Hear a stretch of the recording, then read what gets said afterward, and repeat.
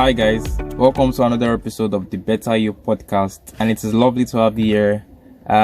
First and foremost, I want to say thank you so much for 100 subscribers on YouTube and over 100 followers on Instagram as well. I really want to say it is really surprising. I really appreciate it, guys. It's just been over a month thereabout, and we are at 100 subscribers on YouTube already. Just imagine we go with this same pace before October, at the end of the year, we'll be at over 1,000 followers. So thank you very much, guys. I really appreciate. That being said, welcome to another episode, and I hope you are ready to hear another banger from today's episode. Anyway, I'm just trying to keep it real. I'm moving into the episode for today directly. So I'm taking another 3 episodes. Now we've passed the season of love, or we are still partly in the season of love, because we are still in the month of February, but we are going to go back to the series we jumped, just to be in the season of love and the horror at that period during the last episode. So the next 3 episodes I'll be taking for today's podcast will be day 19, day 20, and day 21. So I'm starting with the first series, and that's day 19, and it says, struggling is not a competition. When people open up to you about what they go through, never try to downplay their struggles, because you've seen much worse than they have. A tiger can survive up to 4 gunshot wounds, but a cheetah can hardly survive 1, and both of them are cats. This is simply telling us that you should not compare yourself to the next person beside you, regardless of what kind of relationship you have with the person, even as a mentor, a senior brother, a uncle, a parent, a guardian, a colleague that has more experience. Don't try to downplay. One funny thing about us Nigerians is that we see everything as a competition. Unbeknownst to us, unknowingly, we just automatically jump into a competition with the next person. Say for instance, we're having a very normal conversation of how Nigeria is hard on everybody, and then I go and say, this Nigeria really eats me, chai, I've not eaten since like yesterday. And then the next person immediately just goes like, it, you wish me. What? Bro, it's not a competition. You don't have to say it does not. That's like trying to tell the person that don't bother going as far as asking me for anything, because me if he eats me more than he eats you. No, that is not why we are human beings. That is not the main focus of someone opening up to you about what they are going through. The main focus of them opening up to you could be to just clear the air, for them to have peace of mind inside of them. The more they hold inside, the more they think about it, and it's not healthy. So when they share things with you, not everybody is asking for your money, sir and ma. Some people just intentionally really want to rid themselves of some thoughts, so they share it, and then they feel peace of mind. But then you are quick to rebound it back to them. When you play table tennis, when they serve, you rebound. So many of us are quick to rebound back to them and be like, back to the sender. I don't want any of this your shit. Take your shit. Deal with your shit. But it shouldn't be like that, as people, especially as the people that believe in God, as believers, Christians, and whatever it is you believe in, your religion, whatever it is you focus on. One thing that is unique to us all is love. You need to learn to love. Suffering is not a competition. So take this as a lesson.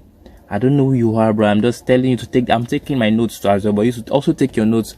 Next time somebody tells you that Nigeria is really, really dealing with me, tell the person, oh my God, sorry, can you tell me more? Try and just empathize with them, and understand. Try and understand where they're coming from. Just listen, and you don't even need to say anything. Sometimes you don't need to give an advice unless your advice is sought after. Just keep short and listen. And after you listen, say, it is well. We'll all survive eventually. They don't need you to immediately tell them that, guy, it reach me. In fact, it hit me past you. That's vulgar, because it's just like you're trying to tell them that just hold your thing, let me hold my thing. They necessarily don't need to know what you're going through at that particular point in time. It's about them, not about you. Don't try and make it about yourself. So when next someone tells you what they're going through, empathize with them. Even if you're going through worse, just empathize with them. And then you gonna find your own person too, that you're not gonna bust out and tell them, they deal with me, God. So that's how it should be. It should be a circle of love, not a circle of competition and self-interest. That said, I don't want to spend too much time on one series, but I really hope you understood what I just tried to explain. So I'm moving on quickly to the next series for today, and it says, that's the 20 of last year's series. It says, you cannot improve yourself if you're not reading something or someone. Books are a very important factor in what fills your heart and what words you speak. Another readable manual is a role model's life. The only disadvantage is you only ever can read the outside. The inside would forever be a mystery to you. You cannot improve yourself if you're not reading something. Throughout last year, I can count. I don't like books. I do not like books. So I can count how many books I've read. But at the same time, I cannot count how many what do they call this? How many articles I stumbled upon? How many online projects, research that I had to stumble upon because I just wanted to gain more knowledge that last year, and even this year already I cannot count how many projects and research I've embarked on just to add more knowledge to myself. So like, as a person, it is very, very cogent, very important that you are reading something. Either you are reading books or you are reading a role model's life. Now, the disadvantage of the latter is that, like I said, you can only ever read the outside. If you like, be the mentalist, be a philosopher, be a therapist. You cannot, I repeat, you cannot 100% know a person and read that person. You cannot. You are not God. I know a lot of people have this sixth sense that makes them know that, okay, the moment they meet someone for the first time, they can easily read the person. It's a lie. It's a very big lie from the pit of hell. You cannot. No matter how hard you try, except the person willingly or unwillingly opens up themselves to you to see. You can never, I repeat, you can never, ever read someone completely from the outside and know them. That's why a lot of people are surprised about a lot of trendy matters.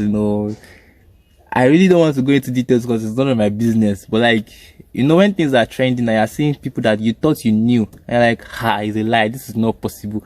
It's because you never really knew them. So that is one issue with reading role models' life. You can never ever read the inside. All you can read is what they show to you. So it has a disadvantage. So that's always good to read books, read articles, read Jesus Christ, read the Bible, and study people that study things rather, and people that are well established, like Jesus Christ. Now, we all know from the story of Jesus Christ, from the beginning to the end, he was not flawed. So that's a story of perfection that you can read. But when you are reading human beings, always have it at the back of your mind that humans are not perfect. So don't put your expectations and raise the bar to 100%, because the way it went up to 100 is the same way it can easily come down to 0. So disclaimer: you can read books, but you might not necessarily 100% read human beings, or read what you feel you need to learn, and don't put all your eggs in the basket. That's another fair example, because a lot of us have role models, myself included. I have a role model that I read and I look up to and all of that. But trust me, I've said it at the back of my mind 101 times that he is not perfect, she is not perfect. So then I do not put all my eggs in that basket. I know when to draw the line and stop reading them. So a lot of you that follow them from Instagram to TikTok to Twitter to in fact, if the role model is in the toilet, you know that they're in the toilet. Brother CCTV, sister CCTV. You cannot 100% read the person. So just try as much as possible to grab that which pertains to you and quickly move on. Don't be emotionally attached, so you don't get disappointed. I want to quickly move to the next episode, and this is the final one for today, day 21 of last year's The Better You series. And it says, if you are feeling anxious about self-discovery, remember that every person is completely unique. Someone else's life path cannot be your benchmark of success. Since they have different dreams, passions, and skills, there is also no roadmap or ideal outcome in life, because everyone's path in theirs is theirs and theirs alone. This is one very important thing because it pertains to you personally. This is like the benchmark upon which I've built everything I've been saying about the Better You series. Self-discovery, self-development, self-attainment, self-betterment. This is the benchmark of everything.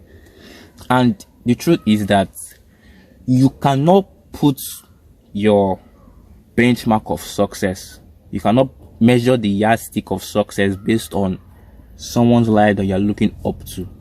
You cannot. You would drain, you would fall, you will falter, you would miss it, you will miss road. Even if you follow perceiving no road, you will still miss road, you will take a wrong turn. And this is why, from the beginning of each person's life, right, according to Jeremiah 32 verse 8 thereabout, 1 thereabout, it says, before I formed you in the belly of your mother, I knew thee and I ordained thee.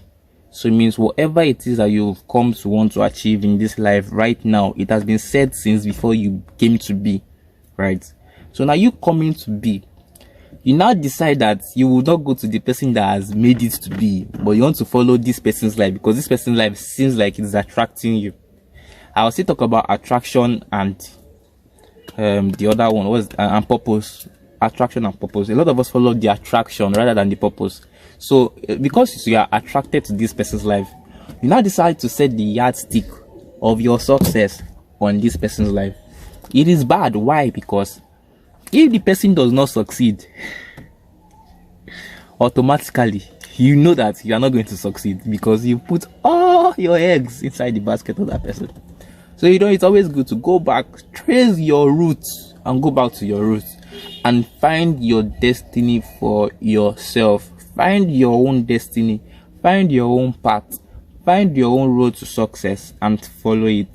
Sometimes it might be very narrow, sometimes it might be very lonely, sometimes you might be the only one on that road, but then that is the right thing as long as you are sure that you are following the pedestrian that has been set for your destiny. So this is one of the very most important things in my life as a person that I represent, because self-betterment, being better, a better version of yourself, requires that first of all you know yourself, secondly you know where you are going, and thirdly you know who is leading you. So I mean, if you know those three things, I don't think you would ever look up to a person and feel like this is the benchmark of success or this is what it means to succeed. No, because by God's grace, you might have been predestined to be better than that person you are looking up to. But when most of you just put your yardstick of success and you just base your mentality on one person's life, you will never get better than that person. In fact, you would only ever be in that person's shadow. I'm not discouraging you from having mentors, role models, spiritual fathers. As I said before, I have these things. But what I'm telling you is that they are a guide. They are not the map. Okay, sorry, they are the map rather, but they are not the destination. Yeah, they are the map, they are not the destination. So the map would most likely lead you to the destination. The map is not the final destination. God, I knew I was going to use that movie, Final Destination. Anyway, we've come to the end of this series, the podcast today. Thank you very much for paying rapt attention. I see you, I know you listening to this, and I'm very, very appreciative of your efforts in commenting, liking, subscribing, and all of the other stuffs. So here I am, here is me is here, whichever English you choose from all of these sentences, telling you that I appreciate you, and I would see you in the next episode.